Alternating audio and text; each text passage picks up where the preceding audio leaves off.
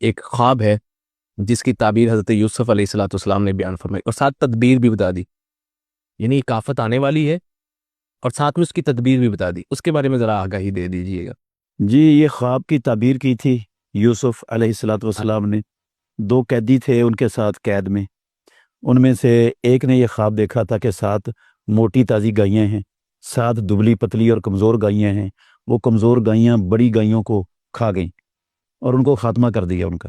تو یوسف علیہ الصلوۃ والسلام اللہ کے نبی تھے اور انہوں نے یہ تعبیر کی، اللہ رب العالمین کی وحی سے یقیناً تعبیر کی ہے انہوں نے، کہ 7 سال آئیں گے، وہ بڑے لوگوں کے لیے خوشحالی کے سال ہوں گے، اور پھر 7 سال آئیں گے،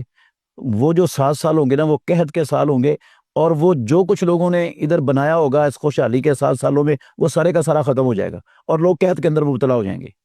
تو اس کے لیے انہوں نے بتا دیا کہ اس کا حل یہ ہے، ان 7 سالوں کے لیے آپ ان پہلے 7 سالوں کے اندر اپنی آمدن میں سے صرف ان 7 سالوں کے لیے ذخیرہ کر کے رکھ لیں۔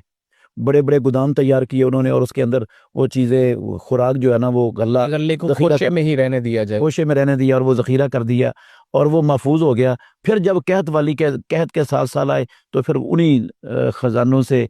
گوداموں سے وہ نکال کر لوگوں کی ساری ضروریات جو ہے وہ پوری کر دی گئی۔ یعنی مفتی صاحب قرآن مجید فرقان حمید ہماری رہنمائی کرتا ہے اس بارے میں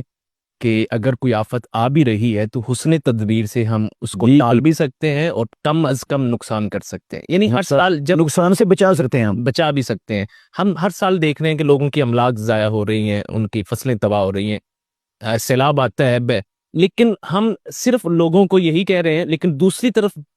کہ بھائی اس کے لیے ہمیں کیا تدابیر اختیار کرنی چاہیے، خصوصاً حکمران طبقہ جن کے پاس وسائل موجود ہیں، کتنے نئے ڈیمز بنائے، اس کے بارے میں بہت کم جو ہے وہ شعور اجاگر کیا جاتا ہے۔ ڈاکٹر صاحب یہ بات حقیقت ہے،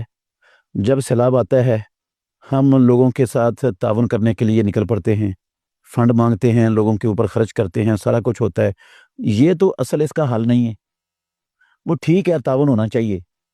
مصیبت زدہ لوگوں کی مصیبت میں کام آنا چاہیے، یہ ہمارے دین کا ہم سے تقاضا ہے، اخوت اسلامی کا تقاضا ہے کہ ہم مصیبت میں اپنے بھائیوں کے ساتھ، ہر قسم کی مصیبت میں ان کے ساتھ کھڑے ہوں، ان کی مصیبت کو، ان کے دکھ کو اپنا دکھ اور اپنی مصیبت سمجھیں، اور جتنا ہم ان کی مصیبت کو کم کرنے کا اختیار رکھتے ہیں اس کو کم کرنے کی کوشش کریں۔ یہ ٹھیک ہے بات، لیکن یہ والا حل نہیں ہے۔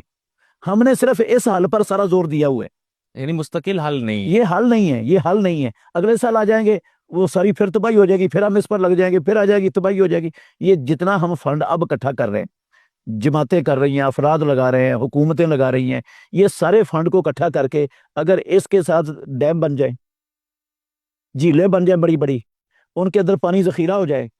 اور یہ بندوبست ہو جائے، تو یہ تو ملک کے لیے اور قوم کے لیے یہ دوبارہ یہ نوبت آنی نہیں تھی،